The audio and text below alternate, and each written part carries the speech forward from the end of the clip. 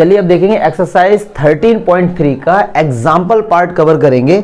और हमने एग्जाम्पल 16 और 17 इंट्रो पार्ट में ही कवर कर दिया था 13.3 का, जिसमें बेस थ्योरम और टोटल प्रोबेबिलिटी वाला कंसेप्ट समझाया था। तो यार ये जो क्वेश्चन है मोस्ट इंपॉर्टेंट क्वेश्चन है बच्चे लोग, बहुत ही इस क्वेश्चन का एक फोबिया है, बट इसको हम बहुत ही ज्यादा कोशिश करेंगे एकदम देसी तरीके से प्रैक्टिकली समझने को। आप लोगों ने तो ये क्वेश्चन पढ़ लिया होगा, तो आज के टाइम ये क्वेश्चन समझाना बड़ा सिंपल क्यों है?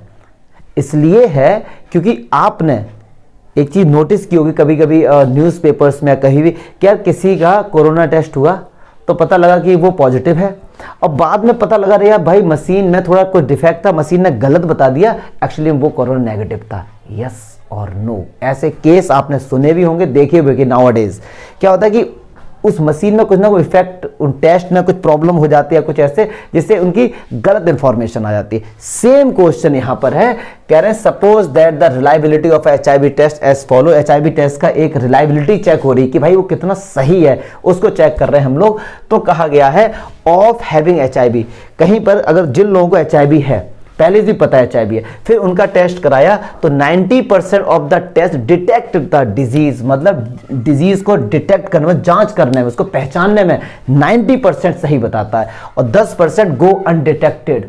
मतलब सुनो क्या हुआ, मतलब क्या हुआ इसका कि यार अगर 100 लोग हैं जिनको हमें पहले से ही पता है कि HIV है, तो 90 लोगों को तो बोल देगा हाँ भाई तुम्हें तो है, लेकिन 10 लोगों को नेगेटिव बता देगा यार तुमको नहीं है, तुमको नहीं है। मतलब ये मशीन 100% करेक्ट नहीं है। क्लियर है? End of people free of HIV, जो लोग HIV से फ्री है, उनको HIV है ही नहीं, तो उनका 99% ऑफ द टेस्ट आर जज HIV नेगेटिव, मतलब उनको सही इंफॉर्मेशन देता है 99। जब उनको नहीं है तो उनसे कहता है हाँ आप लोग नेगेटिव है, लेकिन 1% को कहता है कि भाई आप पॉजिटिव है। मतलब 100 में से मैंने कहा 100 लोग हैं जो कि HIV फ्री है, उनका HIV नहीं है। जब उनका टेस्ट कराया तो भैया उसने कह दिया कि 99 लोगों को नहीं है, एक को फिर भी पॉजिटिव दिखा दिया। फाइनली कंक्लूजन क्या है कि जो ये मशीन कह रही है वो गलत बता रही है, एकदम करेक्ट नहीं बता रही है। ठीक है, फिर एक इसमें कह रहे हैं कि ये हो गया HIV and from a large population which is only 0.1% have HIV। यहाँ पे मैं लिखना भूल गया क्वेश्चन में, कह रहे हैं कि एक लार्ज पॉपुलेशन है, लार्ज पॉपुलेशन है, उसमें से 0.1% लोगों को, 0.1% लोगों को HIV है, बाकी लोगों को नहीं है। फिर हमने क्या किया, एट रैंडम एक बंदे को उठा लिया। ठीक है, at random 1% is selected HIV, और फिर उसका HIV टेस्ट कराया, तो HIV टेस्ट कराया तो हमने कहा कि वो पॉजिटिव है। तो कह रहे क्या प्रोबेबिलिटी है कि वो रियल में HIV पॉजिटिव है? क्यों ये क्वेश्चन इसलिए बनना है, अब आप कहेंगे सर आपने टेस्ट किया और हमको पता है कि वो HIV पॉजिटिव है, फिर तो प्रोबेबिलिटी 1 हो गई। नहीं डियर, क्योंकि टेस्ट गलत भी तो इन्फॉर्मेशन दे रहा है, क्या पता उस बंदे को नेगेटिव हो और मशीन ने गलत बता दिया हो।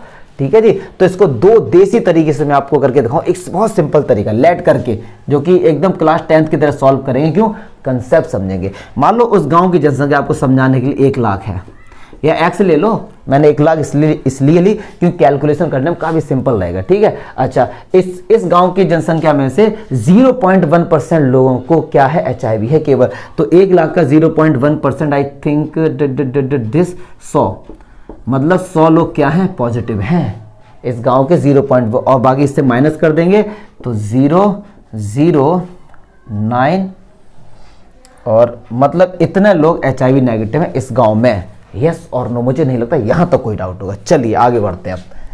फिर कह रहा है कि ऑल पीपल हैविंग HIV, जिन लोगों को HIV है, मतलब कितने लोग हैं, 100 लोग हैं, 100 लोग हैं। तो जब उनका टेस्ट कराया तो क्या कह रहा है कि 90% लोगों को तो वही बता रहा है जो एक्चुअली में है, मतलब 90%, 100 का 90% 90, मतलब पॉजिटिव बता रहा है, और 10 लोगों को नेगेटिव बता दे रहा है। क्यों? 10% गलत इंफॉर्मेशन दे रहा है। फिर से सुनो, 100 लोगों को तो हमें पहले से ही बता दिया गया कि भैया इनको HIV। अब आप कहेंगे कि सर कैसे पता लग गया कि लोगों को HIV है? कुछ सिम्टम्स देखे गए होंगे, या कुछ ऐसा लगा होगा कि इनकी जो हरकतें हैं वो भैया वही वाली हैं कि HIV है। फिर उनका टेस्ट कराया तो ये सब इन्फॉर्मेशन गिवन है। फिर कह रहे हैं जो लोग फ्री फ्रॉम HIV, इनको HIV नहीं, इतने लोग हैं, तो उनका 90% तो सही बता, 99% तो सही बता रहा है कि मतलब नेगेटिव ही बताएगा, और 1% उनको भी पॉजिटिव बता दे रहा है। तो अगर इसका मैं 1% निकालूं कितना आएगा, इसका अगर मैं 1% निकालूं तो इतना आ जाएगा। अब इसको इससे माइनस कर देंगे, निकाल लेना आप लोगों। अच्छा, अब सुनो क्वेश्चन क्या कह रहा है। कह रहा है कि 1% is selected and given HIV test, एक पर्सन को सिलेक्ट किया और उसका HIV टेस्ट किया तो पता लगा कि वो पॉजिटिव है। तो कह रहे हैं क्या प्रोबेबिलिटी है कि वो रियल में HIV पॉजिटिव होगा। अब सुनो, एक बंदा सिलेक्ट किया, हो सकता है वो यहाँ से हो सकता है वो यहाँ से हो, बट हमको चाहिए कि वो एक्चुअल में HIV पॉजिटिव हो। क्लियर है? तो यहाँ से सिलेक्ट किया और HIV पॉजिटिव कितने लोग हैं? 90 लोग हैं। नीचे टोटल, नीचे क्या लेंगे? टोटल लेंगे, यहाँ का HIV पॉजिटिव ले लेंगे और यहाँ का HIV पॉजिटिव ले लेंगे और कर दो, इनका आंसर आ जाएगा 1089, डिवाइड कर लेना, लगभग 0 ये आ जाएगा, यही हमारे अप्रॉक्स में आ रहा है और यही हमारा आंसर आ जाएगा। अब सुनो ये मैंने कैसे कर दिया। कह रहे हैं कि वो HIV पॉजिटिव है, हमसे पहले से कहा है कि वो HIV पॉजिटिव है। कितने लोग हैं HIV पॉजिटिव? 100 लोग हैं। फिर कह रहा है कि एक्चुअल में HIV हो, 100 में से 10 लोगों को तो नेगेटिव दिखा रहा ना, एक्चुअल वाले तो 90 ही हैं। तो जो चाहिए होता है उसको ऊपर रखते हैं, क्योंकि favourable outcome upon total. Total किस तरीके से? मतलब जिनको HIV है उनको ये, जिनको नहीं है उनको भी दिखा रहा है कि इतने लोगों को है। इतने लोगों को उस गांव में या शहर में जितनी भी पॉपुलेशन है इनको नहीं बताया गया, लेकिन ये टेस्ट कह रहा है फिर भी इतने लोगों को है। तो नीचे हम वो सारी टोटल कंडीशन लेंगे पॉजिटिव वाली, तो ये हमने ले लिया। लेकिन बोर्ड में तो ऐसे करके नहीं आएंगे ना, बोर्ड में ऐसे करके हम लोग नहीं आ सकते, क्योंकि ये क्लास 10th का कंसेप्ट। अब एग्जाम में कैसे करके आएंगे उसको देखो। चलो अब देखिए, ये गांव की, देखो डायग्राम बना के समझाऊंगा तो उससे अच्छा समझ आएगा। ये गांव की पॉपुलेशन है, जितनी भी पता नहीं, इसमें से 0.1% लोग HIV पॉजिटिव है, पहले से बोला गया। 0.1% का मतलब 0.001, और फिर कितने लोग नहीं होंगे तो 1 से माइनस कर देंगे, मतलब इतने लोग नहीं होंगे। ठीक है, इतने लोग पॉजिटिव है। अब कह रहे हैं कि जो पहले से ही पॉजिटिव है उनका जब टेस्ट कराया तो 90% को तो पॉजिटिव ही बताया। कितने परसेंट को? 90% को, मतलब 0.9, और 10% को क्या बता दिया? नेगेटिव बता दिया। ठीक है जी। अच्छा, इतने लोग नेगेटिव थे, इतनी जनसंख्या नेगेटिव है। फिर उनका टेस्ट कराया, तो जब टेस्ट कराया तो उन्होंने क्या किया कि इसका 99% के, मतलब 99% लोगों को उसने यही कहा, मतलब 0.99, और इधर कितने लोगों को पॉजिटिव बता दिया? 1%, मतलब 0.01। ये इस तरीके से दिखाया है। अब इवेंट बना देंगे E1 और E2, मतलब पर्सन जो है एक्चुअल में पॉजिटिव है,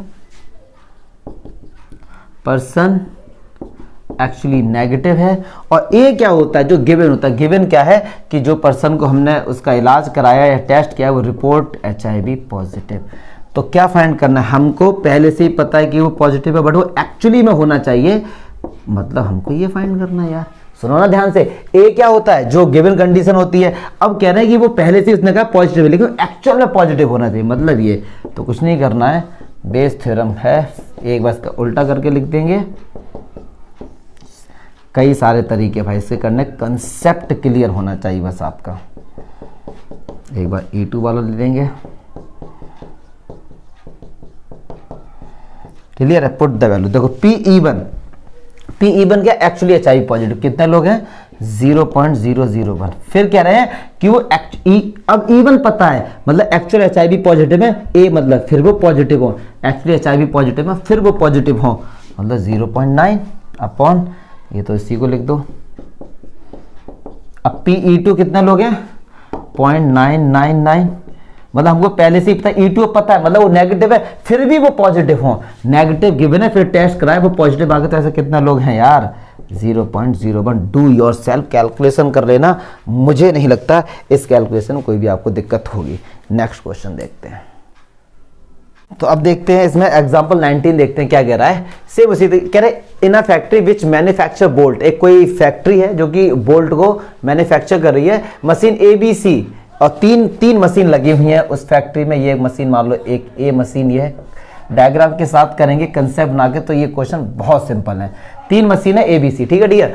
अच्छा, कह रहे हैं 25% जो भी उस फैक्ट्री में जितने भी बोल्ट बनते हैं उसका 25% बोल्ट तो बनाती मशीन A, और B मशीन बनाती है 35% बोल्ट, और C सबसे ज्यादा बनाती है 40%। क्लियर है? अच्छा, और जब ये देखा गया कि यह ए मशीन कुछ डिफेक्टिव बोल्ट भी बना देती, कितने बना देती है 5%, और ये कितना डिफेक्टिव बनाता है 4%, और ये कितने बनाती है डिफेक्टिव 2%। ठीक है, इसमें डिफेक्टिव भी बच जाते हैं जब कंपनियां कुछ, जब फैक्ट्री में या कुछ वर्कर लोग कुछ बनाते हैं तो शेप बिगड़ जाती होगी या कुछ डेंट वगैरह होता होगा कुछ भी, तो उनको डिफेक्टिव में रख दिया जाता है।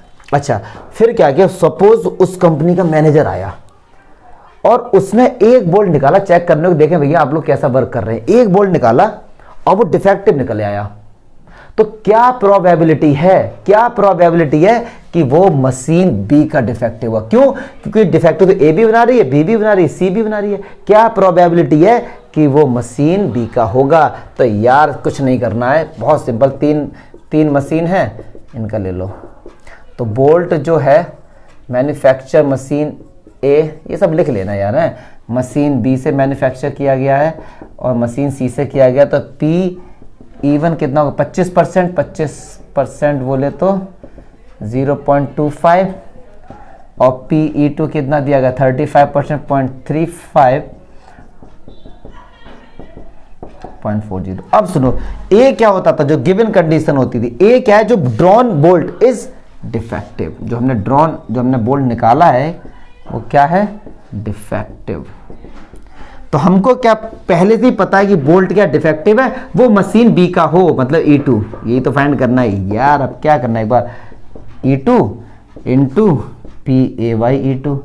अब टोटल जितने केस हो सकते हैं, क्या पता वो मशीन ए का भी हो सकता है, बी का भी हो सकता है, डिफेक्टिव सी का भी हो सकता है। तो E1 PAY/E1 E2, total case जितने भी हो सकते हैं, E3 अब डिफेक्टिव की प्रोबेबिलिटी पूछी तो नीचे डिफेक्टिव ही लेंगे। अब ये मत सोचना कि सर एक बोल्ट निकाला वो गुड भी तो हो सकता है, वो ठीक भी तो हो सकता है, लेकिन प्रोबेबिलिटी डिफेक्टिव की पूछी तो टोटल आउटकम में डिफेक्टिव वाले केस ही लेंगे। तो PE2 कितना भी है 0.35। अब देखो, अब हमको पहले से ही पता लग गया है E2 मतलब मशीन बी ने बनाया, फिर वो डिफेक्टिव हो तो कितने हैं 4%, 4% का मतलब ये हो गया। E1 कितना भी है 0.25। अब पता लग गया है कि मशीन E1 मतलब ए ने बोल्ट बनाया फिर वो डिफेक्टिव हो, मतलब 5%, 0.05। तो बस कुछ नहीं करना भाई, ऐसे ही वैल्यू पुट कर दो, enjoy the life without wife. कहाँ गया E3 भी ये कितना है 0.40। अब पता लग गया मशीन 3 का बोल्ट है फिर वो डिफेक्टिव हो तो 2% है, कर दो काम, जैसे ही आराम आंसर आ गया हमारा। कंसेप्ट सिंपल है, वही कंसेप्ट है कि जो हम लोग बेसिक बातें पढ़ी हैं वही सारे क्वेश्चन है। ठीक है, प्रोबेबिलिटी मैं मानता हूं सबसे सिंपल टॉपिक है मैथ्स में। एग्जाम्पल 20 कह रहे हैं a doctor is to visit a patient from the past experience it is known. मतलब क्या हुआ, इसको प्रैक्टिकली समझते हैं। क्या हुआ कि एक डॉक्टर है और उनका जो पास्ट एक्सपीरियंस है, मतलब उनकी जो पास्ट, वो किसी ने पेशेंट ने उनको बुलाया तो उनका जो रिकॉर्ड है पिछला वो ये है कि या तो वो उस पेशेंट के पास ट्रेन से जाएंगे, बस से जाएंगे, स्कूटर, या फिर कोई अदर मीन मतलब पैदल या किसी से लिफ्ट ले लिया, ऑटो वगैरह कुछ भी।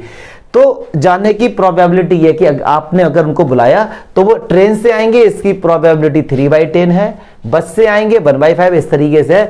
And the probability he will be late. अच्छा ये भी है कि लोगों ने देखा यार जब अपने डॉक्टर साहब को ट्रेन से बुलाए ना तो 1/4 प्रोबेबिलिटी, मतलब 25% प्रोबेबिलिटी है कि वो टाइम से लेट ही आते हैं। अब हमारे उधर बेचारा बीमार पड़ा, भाई साहब लेट हो रहे हैं, तो ये इसमें कंडीशन है। अगर बस से बुलाया है तो 1/3 चांस, 1/3 प्रोबेबिलिटी कि वो लेट आएंगे। अगर वो स्कूटर से आए तो इतना चांस है कि वो लेट आएंगे, लेकिन अगर वो अदर मीन से आए तो वो टाइम पे आते हैं, फिर वो लेट नहीं आते हैं, फिर वो एकदम टाइम पे आते हैं। अब ये उनका पास्ट एक्सपीरियंस, मतलब अगर इस तरीके से है तो ये कंडीशन है। अब आप बीमार पड़ गए, आपने डॉक्टर साहब को बुलाया और भाई साहब लेट आए हैं, क्या आए हैं लेट आए हैं, तो क्या प्रोबेबिलिटी है कि वो ट्रेन से आए हो, क्योंकि वो लेट तो जब ट्रेन से आते तो भी आते हैं, बस से आते हैं तो भी, स्कूटर से आते हैं तो भी, लेकिन आपने उनको बुलाया और वो लेट आए, मतलब गिवन कंडीशन क्या है, गिवन कंडीशन क्या है, ही इज लेट। तो करें तो आप लोग ऐसा लगे कि वो स्वर्ग भी हो गए, तो ही लेट्स, सही बात, लेट आते हैं वो। ठीक है, तो क्या प्रोबेबिलिटी है कि वो ट्रेन से आएंगे, तो चलिए 4 प्रोबेबिलिटी बनेंगी। सबसे पहले इवेंट बनेंगे, सॉरी जल्दी से बनाओ यार ये सब। तो यहाँ पे लिखा कम्स बाई ट्रेन, बस, स्कूटर और अदर मीन, अदर ट्रांसपोर्ट। तो पी इवन क्या हो जाएगा? पी इवन मतलब वो ट्रेन से आने की प्रोबेबिलिटी क्या होगी उनकी 3/10 है, और बस से आने की प्रोबेबिलिटी 1/5 है, स्कूटर से आने की प्रोबेबिलिटी 1/10 है, और अगर अदर मीन से आते हैं तो प्रोबेबिलिटी कितनी है? 2/5। अब क्या कह रहे हैं, पहले से ही पता यार कि डॉक्टर साहब लेट हैं, पहले से ही पता, जो पता होता है उसको इधर लेते, गिवन कंडीशन, और किससे आए हो? वो ट्रेन से आए हो, मतलब ये हमको फाइंड करना है। तो बस कुछ नहीं करना है भाई, उल्टा लिखते जाओ फिर तो दबा के। ये तो क्या, अब टोटल सारी कंडीशन लिख दो कि जिससे वो लेट होंगे। क्वेश्चन प्रोबेबिलिटी के बहुत बड़े होते हैं और आंसर बहुत छोटे होते हैं। इंट्रो पार्ट में ही बताया था कि इसमें 90% लॉजिक होता है, 80 या 90% कैलकुलेशन, केवल 10% होती है। अब समझो यार, चलिए देखिए। अब पी इवन मतलब किससे? ट्रेन से आने की प्रोबेबिलिटी 3/10। अब पता है कि वो ट्रेन से आए फिर वो लेट हो गए हैं, ट्रेन से आए हैं फिर वो लेट हो गए, मतलब कितना है? 1/4। अब टोटल लिखते जाओ तो यही आ जाएगा। अब पी ई टू मतलब किसे? बस से आए हैं और फिर भी वो लेट हुए हैं, बस से आए तो 1/3। ठीक है, जब वो स्कूटर से आए हैं फिर वो लेट हुए हैं, और जब वो अदर मीन्स आए फिर नो लेट, मतलब 0 कर देना, सॉल्व, आंसर आ गया। क्लियर है? तो ये क्वेश्चन के कंसेप्ट हैं, मुझे नहीं लगता कोई डाउट हो रहा, कोई भयंकर लॉजिक नहीं है। इंट्रो पार्ट जरूर देख लेना अगर दिक्कत है तो। लास्ट एग्जांपल देखते हैं 30.3 का। कह रहे a man is known to speak truth 3 out of 4 time, मतलब यार एक बंदा है वो 4 में से 3 बार सच बोलता है, मतलब यार एक बार बंदा झूठ बोलता है, मतलब 25% झूठ बोल रहा है वो। ठीक है, ही थ्रो अ डाई, और आपने उसने एक डाई को फेंका, and report it is a 6, और कह रहा भाई 6 आया है, तो आपको तो डाउट होगा क्यों, आपको पता है यार ये साला 25% झूठ बोलता है, तो क्या पता इस बार झूठ बोल रहा हूं ये। अब लेकिन ये बताओ, उसने 6 बोला है, क्या प्रोबेबिलिटी कि रियल में भी 6 आया हो, क्योंकि वो सच भी तो बोलता है हमेशा। आप ये ब्लेम नहीं कर सकते कि हर बार झूठ बोल रहा होगा, तो डाउट की बात है, और जहां पे डाउट है वहीं प्रोबेबिलिटी है। तो चलिए फाइंड करते, क्या सिंपल से कंसेप्ट बनाएंगे। इवन क्या कह रहा है कि ट्रुथ स्पीक ट्रुथ, तो इसकी प्रोबेबिलिटी क्या हो जाएगी यार? वो सच बोलता है, मतलब 3/4। टेल से लाई, वो झूठ भी तो बोलता है यार, टेल्स अ लाई, तो इसकी प्रोबेबिलिटी क्या हो जाएगी? 1/4, पक्की बात है। अच्छा, और हमने एक डाई को थ्रो किया, तो क्या रिपोर्ट कर रहा है वो? कह रहा है भैया 6 आया है। किसको रिपोर्ट कर रहा है? वो कह रहा है कि यार 6 आया है, तो क्या प्रोबेबिलिटी कि रियल में 6 आए, मतलब हमको पहले से ही पता है कि 6 आ चुका है। अब वो सच भी बोल रहा हो, मतलब कि एक्चुअली में 6 आने का मतलब देखो, 6 रिपोर्ट किया और एक्चुअली में 6 आया हो, इसका मतलब वो सच बोल रहा है, तो सच बोल रहा है मतलब इवन, यही तो फाइंड करना है मुझे यार। तो बस अब भैया कर दो ये।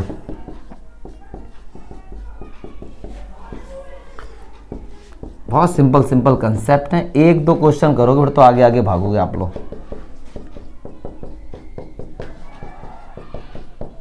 अब देखिए पी इवन मतलब 3/4। अब सुनो, अब पी मतलब हमको पहले से पता है बंदा सच बोल रहा है, पहले से पता है बंदा सच बोलेगा। अब और फिर ए मतलब 6 आया हो, यार एक डाई को फेंका है और 6 आया है, तो 1/6, और सच तो बोल ही रहा है। चलिए, क्योंकि 6 आने की प्रोबेबिलिटी 1/6।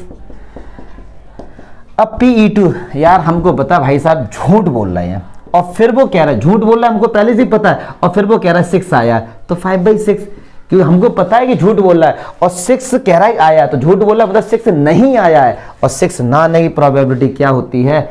5/6 होती है। जैसे एक डाई को फेंका तो 6 आने की प्रोबेबिलिटी 1/6, और ना आने की 1 से माइनस कर देंगे तो 5/। तो इस तरीके से हमारे सारे एग्जाम्पल खत्म हो गए। मुझे नहीं लगता कोई ऐसा डाउट होगा। प्रोबेबिलिटी बस एक चीज क्लियर कर दें, कंसेप्ट क्लियर करो। कंसेप्ट क्वांटिटी पे ज्यादा वर्क ना करो, क्वालिटी पे ज्यादा वर्क करो आप लोग, बस यही है। और सिंपल क्वेश्चन एक्सरसाइज देखेंगे।